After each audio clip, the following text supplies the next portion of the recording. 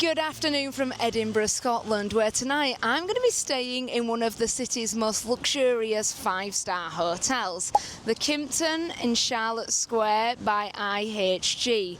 Should we go check in? Kimpton is IHG's boutique luxury division of hotels. There's currently 87 of these properties worldwide, with an additional 67 in the pipeline. Some of the most notable include the Kimpton Fitzroy in London, the Kimpton Clock Tower Hotel in Manchester, and this one, the Kimpton Charlotte Square. No, I should be fine, thank you.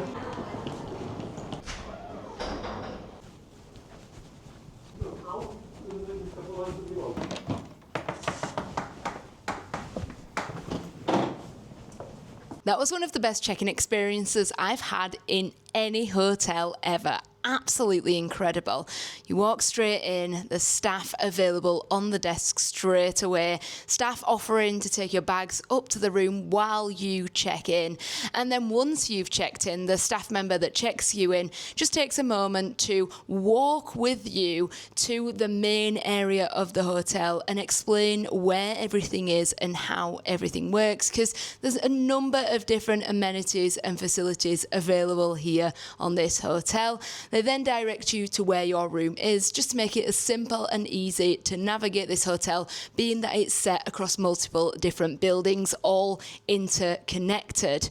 Now with that, we are now inside the room. Shall I show you around? The rooms here range from around £240 to over £1,000 per night, depending on the room type, the time of year, and the platform that you book on. The hotel rooms themselves are split into 4 key classes: essential, premium, double premium, and the suites. Now, in the essential and premium classes, the beds are available as both singles and doubles, and I personally opted for the double room in the premium class. Certainly, from the limited photos that the website had, it looked like if you went with an essential room, you were essentially getting a basic room in a luxury hotel rather than a luxury room within a luxury hotel. Selected rooms here also have a view available for an additional extra. However, I booked around 5 to 7 days in advance, and these had sold out by the time I got the chance to book. Okay, I've unpacked, watched a little bit of the Formula One, and now, unsurprisingly, I am starting to get hungry. So I figured it would be a great time to head downstairs and see if the restaurant here has a table available for me for some dinner.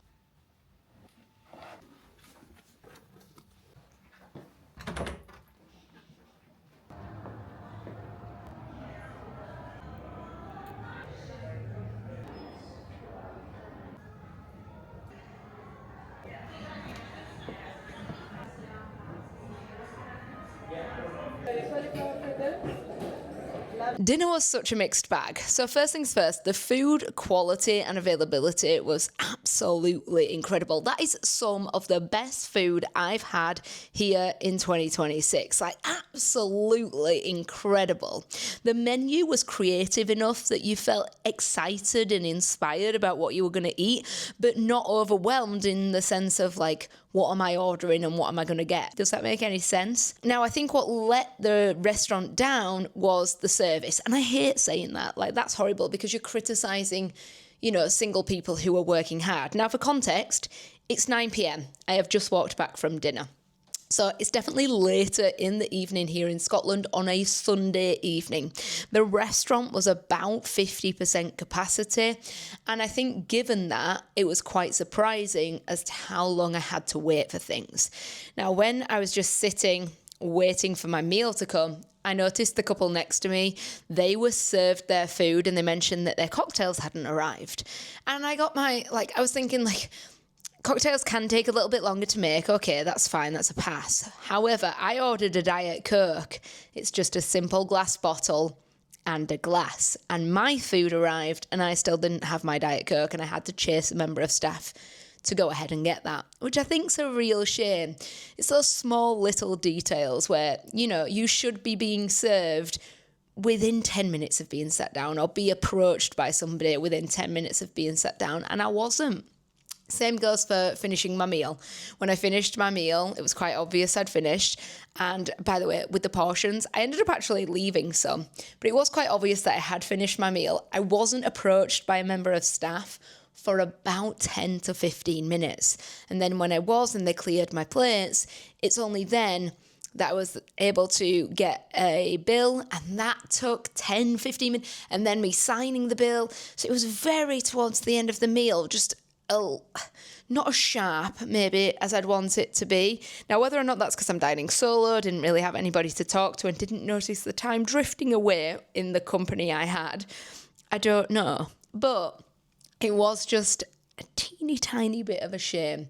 Overall, prices for the quality of food, absolutely incredible. My entire meal, including service charge and gratuities, came to under £30, which I think for the quality and creativity of the food you're having is absolutely incredible. So with that, 9 o'clock, I am going to get into bed now. I was originally going to go for a walk around the city, but it is getting very dark here. It is set to rain, so I thought I'll hold off for that. And instead, I'll settle in and I'll see you guys tomorrow morning. Good morning. I slept so well last night. This bedding is the best bedding I have ever slept on in my life. It's like so smooth and so soft. It's undescribable, but so different to any other bedding I've ever. I know that's niche, but it's just such a standout experience. I have debated finding the tag of the branding of this bedding and ordering it for my own home because it is that incredible. Now, not only was the bedding contributing to a great night's sleep, the room itself was. So this room, and this is my personal preference, goes completely black, and I love that. When she closed the curtains, when she turned the lights off, you can't see a thing. And it was absolutely amazing and meant that I slept completely all the way through the night, which was, again, incredible. I didn't hear any banging, anybody checking out early, anybody coming back late, none of that. Slept perfectly, which is probably why I'm so refreshed and chirpy this morning. That and the fact I've been down for breakfast. Now, I didn't originally book breakfast here at the hotel. However, as I mentioned yesterday, when I was checking in, the customer service on the desk was absolutely incredible. And the lady on the desk asked, have I booked breakfast? And I said no. And she said, would you like to? And I asked how much it was. And she said, typically, it would be £30, but if you pay in advance now, it is only £25. So I decided to go for it. I figured I'd be getting breakfast anyway. Why not go for the breakfast here and share that experience with you guys so you know not only if the hotel's good, but if the breakfast is good as well. Gone down for that breakfast this morning. It is actually served in the same restaurant that I had dinner at last night. However, the way to get to it is slightly different. Now, the breakfast itself is a combination of buffet and a la carte. The only thing that lets down this breakfast experience, unfortunately, is how cramped it is. Because it is served in a restaurant that is predominantly designed around being a restaurant, putting a buffet car there, it's very tight. It's very hard to get around. And it did mean that some of the items that were available on the buffet I didn't film because I just didn't want to get in other people's way because it was a little bit frustrating. So the breakfast itself includes a mixed range of foods. We're talking everything from traditional Scottish dishes such as haggis through to pancakes, through to your more traditional English sort of breakfast, bacon, sausage, eggs, all of that. So there's a good range. There's also smoked salmon, cheeses, and then as I mentioned, the a la carte menu, serving a range of different vegan breakfasts and vegetarian options, as well as some compots and things like that. You've got different teas, different coffees, really, really good range. It is just that space around the buffet cart that I think really lets it down, which is such a shame. And I think that's really the motto of this entire hotel. It is 90, if not 95% of the way there. The customer service especially is absolutely amazing. Every member of staff I've encountered here has been so kind, so caring, so they want to make this hotel stay your entire experience. And what do I mean by that? Well, yesterday when I was coming back, I was hearing a couple talk to one of the staff members, and he was asking, like, was the bus full? And it's clear that the staff here, if you've never been to Edinburgh before and want local recommendations, the staff are recommending different places to go, different things to do, different people to see, and they're taking a real interest in how you found that experience, and they want to know how your day was. And it's a real community. Yesterday, I unfortunately missed out on the social hour or happy hour it's called here, where they get everybody in the hotel together for free beer, wine and nibbles down in the central area.